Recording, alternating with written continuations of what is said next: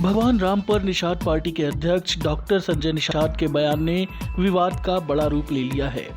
संजय निषाद ने कहा था कि भगवान श्री राम और निषाद राज का जन्म मखौड़ा घाट पर हुआ था। खीर खाने से कोई बच्चा पैदा नहीं होता है। भगवान श्री राम राजा दशरथ के तथाकथित पुत्र हैं। राम श्रृंगी ऋषि के पुत्र थे। इस बयान के बाद गुस्साए संतों ने कहा है कि भाजपा को निषाद पार्टी से अपने सारे संबंध खत्म कर देने चाहिए।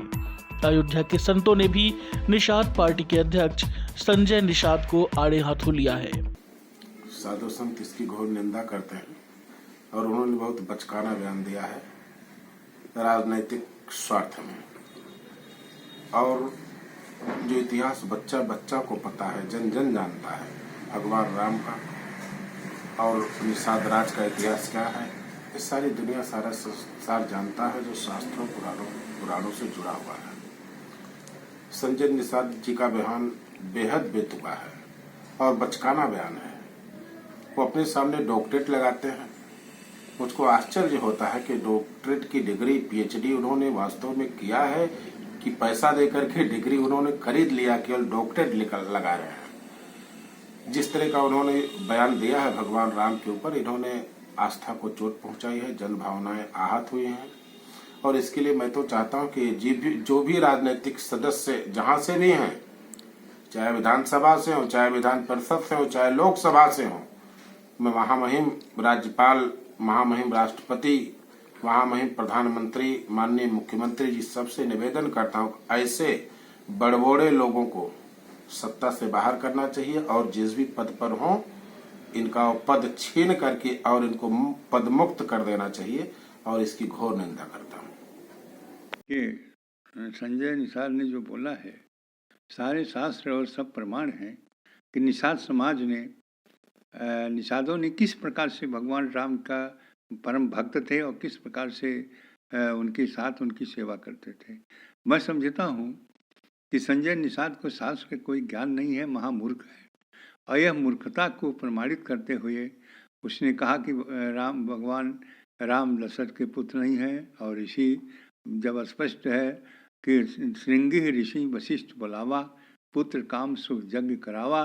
शुभ यज्ञ की सारे प्रमाण हैं कि पुत्रेष्टि यज्ञ कराई जाती है और जिससे सारे प्रायश्चित खत्म हो जाते हैं और उनको संतान उत्पन्न होती है। यही प्रकार रहा कि पुत्रेष्टि श्रृंगी ऋषि के माध्यम से हुआ मखौड़ा में, और उसके परिणाम स्वरूप कि महाराज दशरथ के 4 पुत्र हुए, राम, लक्ष्मण, भरत, शत्रुघ्न। इस इतिहास को नहीं जानता क्योंकि वो मूर्ख है। नेता चाहे जितना बड़ा हो, लेकिन उसको शास्त्र के ज्ञान नहीं है।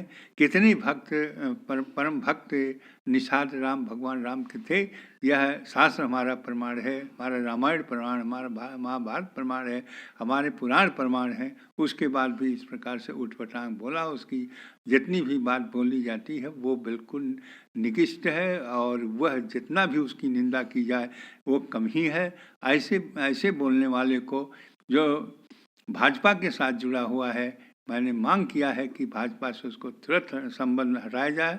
उसको कभी भी, यदि भाजपा के साथ ऐसा जुड़ा रहेगा और ऐसे उठपटांग, अशुद्ध और बिना प्रमाण के बात बोलेगा, तो उसका परिणाम यह होगा कि उसका प्रभाव भाजपा के ऊपर भी पड़ेगा।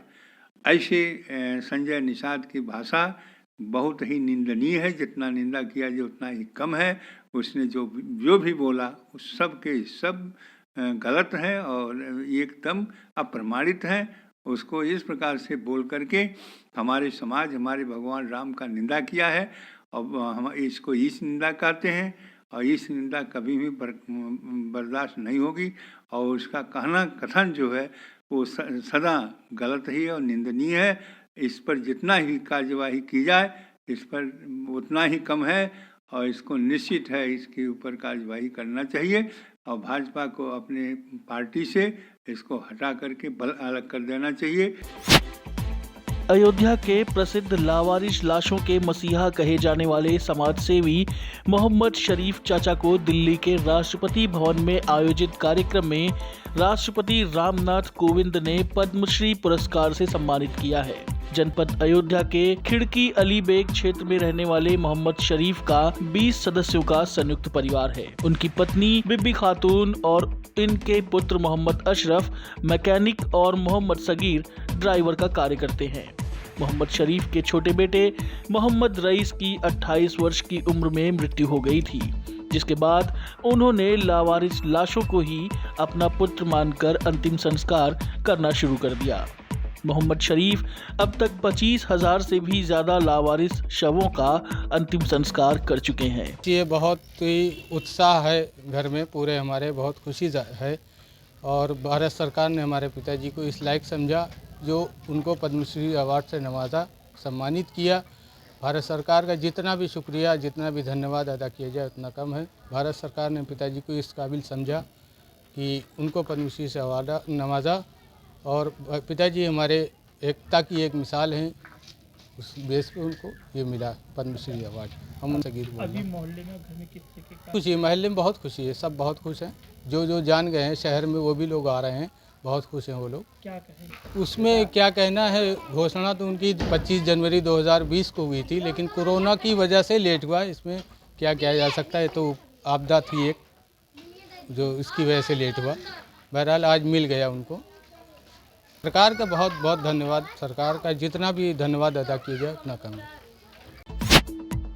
समाजवादी पार्टी के राष्ट्रीय सचिव और पूर्व मंत्री अवधेश प्रसाद ने अंबेडकर नगर में रैली को सफल बताते हुए कहा कि ये रैली नहीं महारैली थी। आने वाले 2022 के चुनाव में समाजवादी पार्टी 400 सीटों पर जीत हासिल करेगी और भारतीय जनता पार्टी की सरकार को उखाड़ फेंकेगी। इसके साथ ही चौरसिया समाज को लेकर पूर्व मंत्री अवधेश प्रसाद ने कहा कि समाजवादी पार्टी ने चौरसिया समाज के राकेश चौरसिया को प्रदेश सचिव बनाया है। हमेशा से उपेक्षित रहने वाले चौरसिया समाज को समाजवादी पार्टी के अलावा अब तक किसी और पार्टी ने कोई सम्मान नहीं दिया था। समाजवादी पार्टी हमेशा से सबको साथ लेकर चलने की बात करती है। में कोई अंतर नहीं है, हमारी नीति और नियत में कोई फर्क नहीं है। सरकार बनने पर इस समाज को पूरी तरह से सम्मान दिया जाएगा और ये समाज ने तय किया है कि हम समाजवादी पार्टी को मजबूत करेंगे, अखिलेश यादव को मजबूत मुख्यमंत्री बनाएंगे और भारतीय जनता पार्टी को पूरी तरह से सफाया करेंगे। केवल फैजाबाद ही में नहीं, पूरे उत्तरी प्रदेश, उत्तर प्रदेश में, पूर्वी प्रदेश में, पूर्वी उत्तर प्रदेश में पूरी तरह से लग करके सफाया करने का काम करेंगे। फैजाबाद जिले में 5 सीट को जिताने के लिए इन्होंने संकल्प किया है। आज इनके साथ चौरसिया समाज के साथ चौरसिया के जिले के अध्यक्ष जी बैठे हुए हैं, रमेश चौरसिया जी बैठे हुए हैं। भाजपा छोड़कर सारी जिंदगी भाजपा में बिताया था, छोड़कर आए हैं और ये बैठे हैं। देखिए रविंद्र चौरसिया जी हैं, निर्मल चौरसिया जी बैठे हैं और संदीप चौरसिया जी बैठे हैं।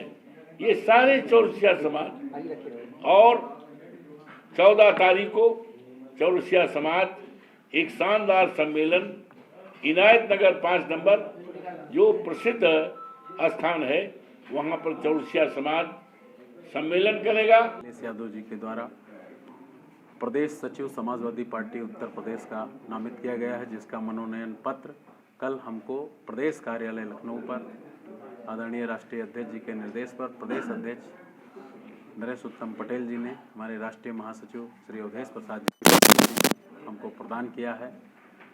हम और हमारा समाज पूरी तरह से समाजवादी पार्टी को इस बार पूरे प्रदेश में जिताने के लिए हम लोग ने मन बना लिया है और पूर्वांचल में लगभग 70 विधानसभाओं में हम लोगों का अच्छा पैठ है। हमने काम किया है करीब 15 साल से, जिसमें चौरसिया समाज के साथ साथ अति पिछड़े समाज के तमाम नेता हमारे संपर्क में हैं। जगत गुरु परमहंस आचार्य ने हुतात्मा कार सेवकों के परिजनों को सम्मानित किया। तपस्वी छावनी पीठाधीश्वर जगत गुरु परमहंस आचार्य ने उत्तर प्रदेश सरकार से हुतात्मा कार सेवकों के परिजनों को 1-1 करोड़ रुपए और सरकारी नौकरी देने की मांग की है। इसके साथ ही श्री राम जन्मभूमि तीर्थ क्षेत्र ट्रस्ट से भी परिजनों को 1-1 करोड़ रुपए देने की मांग की गई है। जगत गुरु परमहंस आचार्य ने कहा कि समाजवादी पार्टी ने महादलित राजेंद्र धरिकार की और ब्राह्मण रमेश पांडे सहित कई निहत्थे कार सेवकों की हत्या की थी। 9 नवंबर को ही श्री राम जन्मभूमि के पक्ष में ऐतिहासिक फैसला आया था, तो जिनके परिजनों ने अपने प्राणों को आहूत किया है राम मंदिर आंदोलन में, आज हम उनके परिजनों को सम्मानित किए हैं। और उत्तर प्रदेश सरकार से माननीय योगी जी से मैं मांग करता हूं कि 1-1 सरकारी नौकरी और 1-1 करोड़ रुपया उन परिजनों को दिया जाए जितने लोग जो है राम मंदिर आंदोलन में अपने प्राणों को गंवाए हैं। और श्री राम जन्मभूमि तीर्थ क्षेत्र ट्रस्ट से भी मांग करता हूं कि 1-1 करोड़ रुपए उन परिजनों को ट्रस्ट भी दे, क्योंकि मंदिर निर्माण से अधिक पैसा आ चुका है। सरकार हमारी मदद करे। बेटा कौन तुम्हारे यहाँ शहीद हुआ था? बाबा थे। क्या मांग करते हो ट्रस्ट से? सहयोग। लगे कि गुरुजी हमारे लिए खड़े हुए, हम सरकार से यही उम्मीद रखते हैं कि हमारी मदद करें। 26 नवंबर को राजकीय इंटर कॉलेज अयोध्या में श्रम विभाग की तरफ से मंडल स्तर पर श्रमिक बेटियों का सामूहिक विवाह समारोह का आयोजन किया जाएगा। इस मंडल के 5 जिलों से कुल लगभग 4000 श्रमिक बेटियों का शादी समारोह में करवाने का लक्ष्य तय किया गया है। इस लक्ष्य को पूरा करने के लिए मंडल के अयोध्या, सुल्तानपुर, अमेठी, बाराबंकी और अंबेडकर नगर स्थित श्रम कार्यालय पर आज से पंजीकरण शुरू हो चुका है। ये पंजीकरण ऑनलाइन और ऑफलाइन हो रहा है। पंजीकरण की अंतिम तिथि 12 नवंबर है। पंजीकरण करने के लिए पात्र श्रमिक बेटियों की उम्र 18 वर्ष और बेटों की उम्र 21 वर्ष होनी चाहिए। श्रमिकों के बेटियों के लिए उनकी शादी के लिए एक बृहद सामूहिक विवाह कार्यक्रम का आयोजन प्रस्तावित है 26 नवंबर को, जिसमें माननीय श्रम एवं सेवायोजन मंत्री जी रहेंगे और जनपद के मंडल के सभी माननीय जनप्रतिनिधिगण को भी आमंत्रित किया जाएगा और उनकी उपस्थिति में पंजीकृत निर्माण श्रमिक जो 100 दिन से पुराने पंजीकृत हैं उनकी बेटियों की शादी की जाएगी। इसके लिए फॉर्म जमा करने ऑनलाइन ऑफलाइन दोनों प्रक्रियाओं में जमा करने की तिथि 12 नवंबर अंतिम तिथि निर्धारित की गई है और उस 12 नवंबर तक जो भी श्रमिक चाहें अपने जनपद के मंडल के सभी जनपदों में अपने जनपद के श्रम कार्यालय में जाके आवेदन पत्र जमा कर सकते हैं। और इस पूरी प्रक्रिया में केवल उनसे उनका आवेदन पत्र जिसके साथ 18 वर्ष बेटी और 21 वर्ष से अधिक वर्ग की उम्र होनी चाहिए और साथ में एक सहमति पत्र देना होगा कि उनकी शादी पहले नहीं हुई है और वो यहाँ बृहद सामूहिक विवाह में अपना विवाह करना चाहते हैं। प्रसिद्ध कार्तिक मेला और रामनगरी में होने वाले 14 कोसी और पंचकोसी परिक्रमा मेले के मद्देनजर रेलवे की सुरक्षा का जायजा लेने सड़क मार्ग से अयोध्या कैंट रेलवे स्टेशन पहुंचे रेलवे एसपी सौमित्र यादव ने मेले को देखते हुए स्टेशन की सुरक्षा का जायजा लिया। इस दौरान उन्होंने राजकीय रेलवे पुलिस थाना का भी निरीक्षण किया। निरीक्षण के दौरान उन्होंने थाने में स्थित मालखाना को भी देखा, जहां उन्होंने सिपाहियों से मालखाने में रखे हथियारों को खुलवा कर भी देखा। वार्षिक निरीक्षण के लिए आया था। ये एक रूटीन प्रक्रिया है। एक वर्ष में एक हर थाने का एसपी के द्वारा वार्षिक निरीक्षण किया जाता है। उसी क्रम में आया था और साथ साथ जो आगे पंचकोसी परिक्रमा और 14 कोसी परिक्रमा होनी है तो उसकी तैयारियों की भी समीक्षा करनी थी और थाने का OR भी किया गया है। एसआई की विवेचनाओं की समीक्षा की गई है। जैसा कि वार्षिक निरीक्षण में होता है, हम पूरे कार्यालय को देखते हैं, शस्त्र वगैरह को देखते हैं, उनकी कंडीशंस को देखते हैं कि कोई शस्त्र खराब तो नहीं है। कर्मचारियों से वार्ता की गई है, उनसे जानकारी ली गई है और उनको जानकारी दी गई है। यही सब कार्रवाई की